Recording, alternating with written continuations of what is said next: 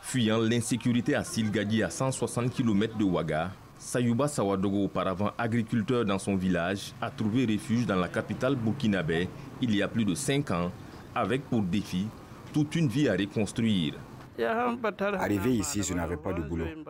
Quand tu fuis ton village et après tu n'as plus de travail, tu essaies de te débrouiller petit à petit pour t'en sortir.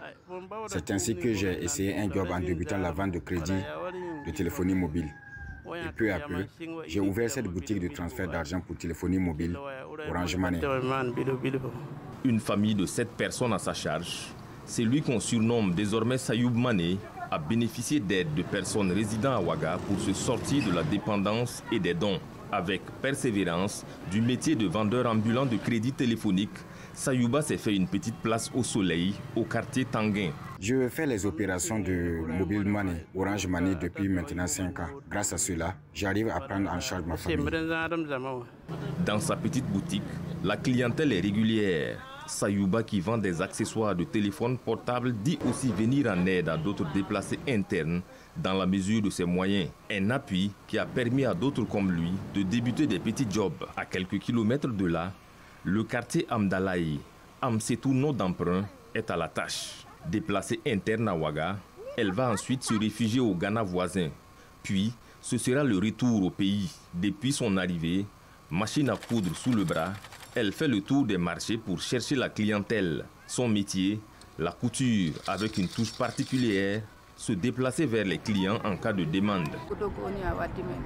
Je suis revenu à Amdalaï.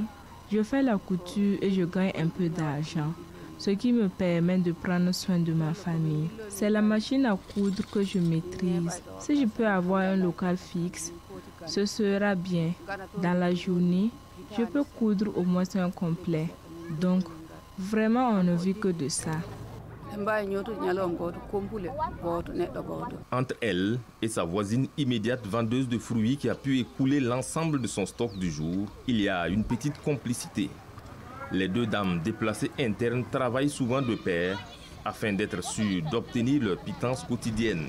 Vente de fruits pour l'une, couture pour l'autre. Se donner la main permet de mieux faire face aux difficultés de la vie de personnes déplacées internes. Il y a des moments où on arrive à travailler. Il y a aussi des moments où il n'y a pas de clients. Donc, c'est comme ça. À Ouagadougou, des milliers de personnes déplacées internes sont réparties dans différents quartiers de la ville. Pour éviter de dépendre uniquement des dons, nombre d'entre elles se sont lancées dans des activités peu pratiquées par les déplacés. Cela dans le but de ne pas sombrer et surtout de demeurer résilient en attendant que la crise sécuritaire s'estompe. Gildas Da, Ouagadougou, VOA Afrique.